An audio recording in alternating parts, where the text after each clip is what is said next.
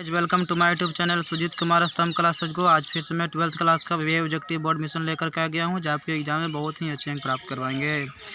तो देखिए, हालांकि वीडियो कट गया था किसी कारणवश, तो इसकी वजह से टिक मारा हुआ दिखाई दे रहा है। सिर्फ एक ही क्वेश्चन बच गया था जो टिक मारा हुआ नहीं है, जो ये क्वेश्चन आपको दिखाई दे रहा है। तो वैसे देखिए, फिर से मैं एक्सप्लेन करता हूँ।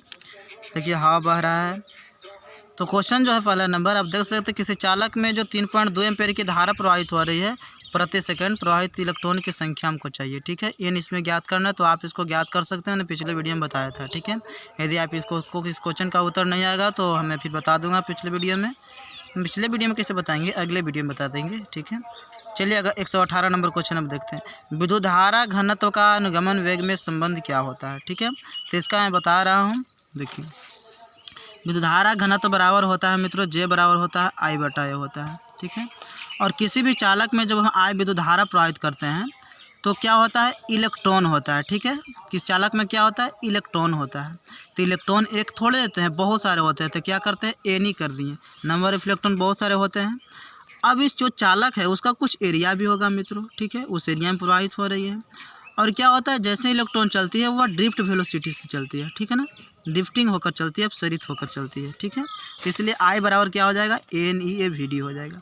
और जैसे ही आई का value N E A V D यहाँ रखते हैं तो क्या हो जाता है, N E A V D हो जाता है बटा ए होता है। ठीक है, वैसे आपको बिहार बोर्ड में कभी कभी पूछा जाता है सिद्ध करने के लिए भी ऐसा सूत्र। ठीक है, ठीक है, तो ध्यान में रखिएगा। ऐसे क्या हो जाएगा, जे बराबर एन ई वी डी आ जाएगा, सही होता है। ठीक है, तो जे बराबर एन ई वी डी, देखिए कहीं ऑप्शन होगा, हमने टिक तो मार ही दिया है, अब क्या किया जाए, जे बराबर एन ई वी डी होता है। ठीक है, अब देखिए अगला क्वेश्चन क्या है, अनुगमन वेग वी डी की विद्युत क्षेत्र ई पर निम्नलिखित में से कौन सी निर्भरता ओम के नियम का पालन होता है। ठीक है, तो यहाँ पर हम लोग जानते हैं कि ड्रिफ्ट वेलोसिटी बराबर सूत्र होता है ई भी टाव बटा एम एल सूत्र होता है। ठीक है, ए वीरेंद्र मतलब विश्राम। ठीक है ना, ई वी डी बराबर ई भी टाव बटा एम एल होता है। तो वी डी समानुपाती किसका होगा, ई का समानुपाती होगा। तो आप इसको जो क्वेश्चन में पूछ रहा था, अनुगमन वेग वी डी के विद्युत क्षेत्र ई पर निम्नलिखित में से कौन सी निर्भरता ओम के नियम का पालन करता है, तो वही तो है वी डी समानुपाती है। तो देखिए सही उत्तर होगा वी डी समानुपाती है। अगला नंबर क्वेश्चन देखिए, जब ताप में वृद्धि होती है तो किसी चालक का प्रतिरोध में क्या असर पड़ता है मित्रों। तो चालक की यदि बात किया जाता है तो जैसे इसमें हम टेम्परेचर बढ़ाते हैं, इधर हवा मिजाज किसे आता है इसमें पढ़ना, जैसे ही चालक में टेम्परेचर बढ़ाते हैं तो क्या होता है, इसमें जो प्रतिरोध होता है ना, प्रतिरोध वह घट जाता है मित्र। तो जब चालक में टेम्परेचर बढ़ाएंगे तो प्रतिरोध क्या होता है, घट का जाएगा भाई, बढ़ जाएगा ना। ये हवा तो परेशान कर धर ले, दिमाग है इन्होंने पर। देखिए टेम्परेचर जो है ना बढ़ता है तो प्रतिरोध भी क्या हो जाएगा, चालक में बढ़ जाएगा। तो प्रतिरोध बढ़ जाएगा तो चालकता क्या हो जाएगा, चालकता जो है सो कम जाएगा। ठीक है, चालकता क्या हो जाएगा, कम जाएगा इसमें। ठीक है, क्योंकि रेजिस्टेंस बढ़ जाएगा टेम्परेचर बढ़ाने पर, क्योंकि जो इलेक्ट्रॉन की जो चलने की जो गति होती है वह टक्कर बहुत ज़्यादा बढ़ जाता है। टक्कर बहुत ज़्यादा हो जाने के कारण जो है प्रतिरोध बढ़ जाता है। चालक में टेम्परेचर दे जाएगा तो क्या हो, टक्कर ज़्यादा करने लगेगा, और टक्कर ज़्यादा करने लगेगा तो रेजिस्टेंस ज़्यादा बढ़ जाता है, इसकी वजह से चालकत्व कम हो जाता है। चलिए अब देखिए अर्धचालक की बात है। ठीक है, तो इसमें तो गैप एनर्जी नहीं होता है ना, ऊर्जा बैंड भी ऐसे पढ़ाएंगे, है अंतिम फिजिक्स का चैप्टर, उसी में बता देंगे। छोड़िए, बड़ा लंबा वीडियो क्यों करना है, इसको बताना ही है। तो चलिए, तो अब अर्धचालक देखिए, अर्धचालक क्या है, तो अर्धचालक का भी कॉन्सेप्ट जान लीजिए कि इसमें जैसे ही टेम्परेचर को बढ़ाते हैं तो इसका जो प्रतिरोध होता है ना मित्र, इसका जो प्रतिरोध होता है वह क्या होता है, घट जाता है। क्या होता है, घट जाता है। तो प्रतिरोध घटेगा तो सिंपल सी बात है कि अर्धचालक की जो चालकता है वह बढ़ जाएगी, क्योंकि प्रतिरोध के मतलब क्या होता है, रुकावट डालना। तो रुकावट अगर कम डालेगी तो चालकता तो ज़्यादा है ना, बाहर कम पड़ेगी। चलिए अगला नंबर क्वेश्चन क्या है, नहीं देखते हैं। तो इसका तो सही उत्तर है, जब ताप में वृद्धि होती है, ताप में वृद्धि होती है तो किसी चालक का प्रतिरोध क्या होता है, बढ़ जाता है, और चालकता घट जाती है। 200 वाट के एक टेलीविज़न को 4 घंटे तक प्रयुक्त किया जाता है तो विद्युत की कितनी इकाई व्यय होगी। विद्युत की कितनी इकाई व्यय होगी मित्रों, यहाँ तक बात है, विद्युत की कितनी इकाई व्यय होगी।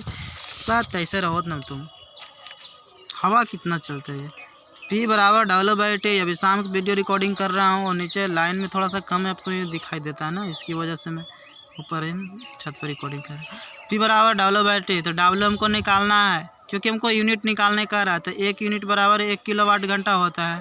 तो 1 किलोवाट घंटा किसका मात्रक होता है? ऊर्जा का मात्रक होता है, इसीलिए हमको W निकालना पड़ रहा है। ऐसा नहीं कि आप शक्ति निकालने लगे हैं, शक्ति तो दिया हुआ ही है। तो शक्ति 200 वाट दिया गया है और समय दिया गया है 4 घंटा दिया गया है, आप देख सकते हैं यहाँ पर 4 घंटा समय दिया गया है और शक्ति जो है से 200 वाट घंटा दिया गया, 200 वाट दिया गया। तो 4 दूनी कितना हो जाएगा? 800 हो जाएगा वाट घंटा, ठीक है। और किलोवाट घंटा में लाना है तो 1000 से क्या करना होगा? भागा देना पड़ेगा। तो भागा जैसे ही दिया तो 0.8 किलोवाट घंटा आ जाएगा, ठीक है। तो 0.8 यूनिट आ जाएगा। तो देखिए ऑप्शन कहाँ है, ठीक है, 0.8 हो जाएगा, ठीक। विशिष्ट प्रतिरोध का ऐसा मात्रक क्या होता है? तो विशिष्ट प्रतिरोध का जो ऐसा ही मात्रक होता है मित्रों, वह होता है ओम मीटर। इसका भी मैं चारों कॉन्सेप्ट में बता रहा हूँ। देखिए, एक होता है प्रतिरोध होता है, ठीक है, और एक होता है विशिष्ट प्रतिरोध।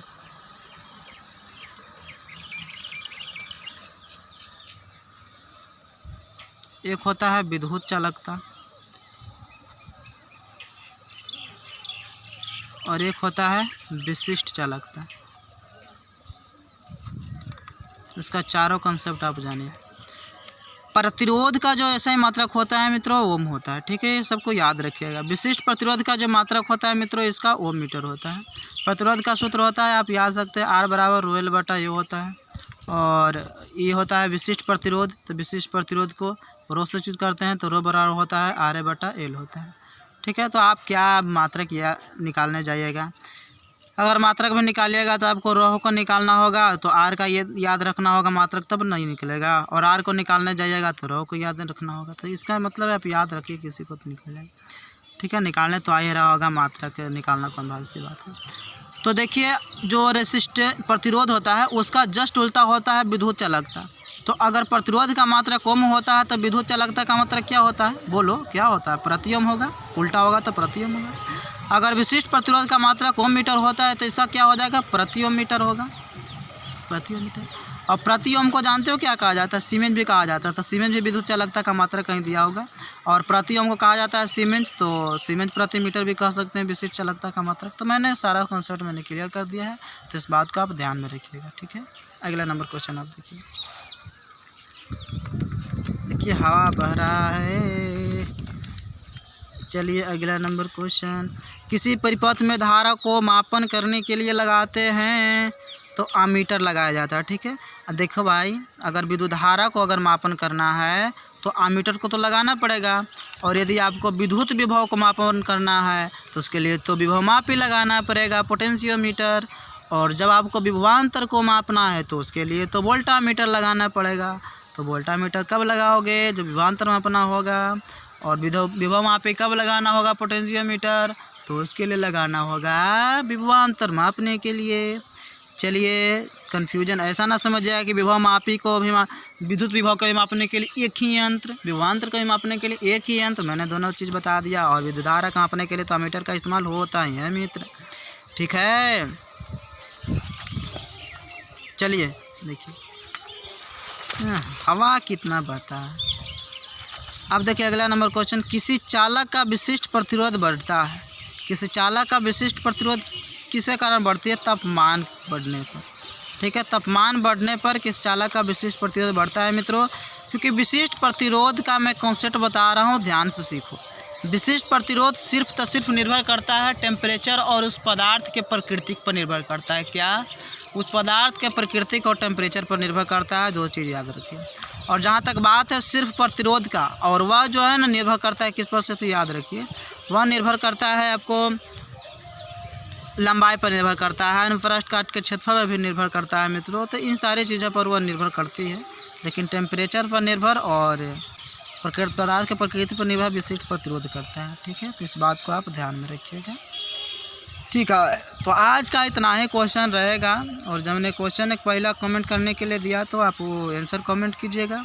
और देखिए आज का क्वेश्चन ऑफ द डे है, तो मैं देखता हूँ, याद नहीं रहा हमको लिखने के लिए कि क्वेश्चन लिखने के लिए क्वेश्चन ऑफ द डे है ना, तो देख सकते हैं। वैसे जो पिछला क्वेश्चन था किसी संधारित्र की धारिता कैसे मात्रक क्या होता है, तो धारिता का तो फैराडे होता है मित्रों। ठीक है। वायु में गोलीय चालक की धारिता संपाती किसका होता है, तो रेडियस का होता है। ठीक है, त्रिज्या का संपाती है। गोलीय चालक की फॉर्मूला C बराबर A एप्सिलॉन नॉट बटा D। अरे गोलीय चालक है ना भैया, इस समानांतर पट्टिका संधारित्र के लिए C बराबर होता है 4 पाई एप्सिलॉन नॉट R होता है। तो त्रिज्या का संपाती तो वही गया ना धारिता। ठीक है, चलिए तो आज इतना ही क्वेश्चन रहेगा। ठीक है, यदि मेरी मेहनत पसंद में आता है तो आप लाइक कर दीजिए, शेयर कीजिए और सब्सक्राइब कीजिए। Thank you for watching video.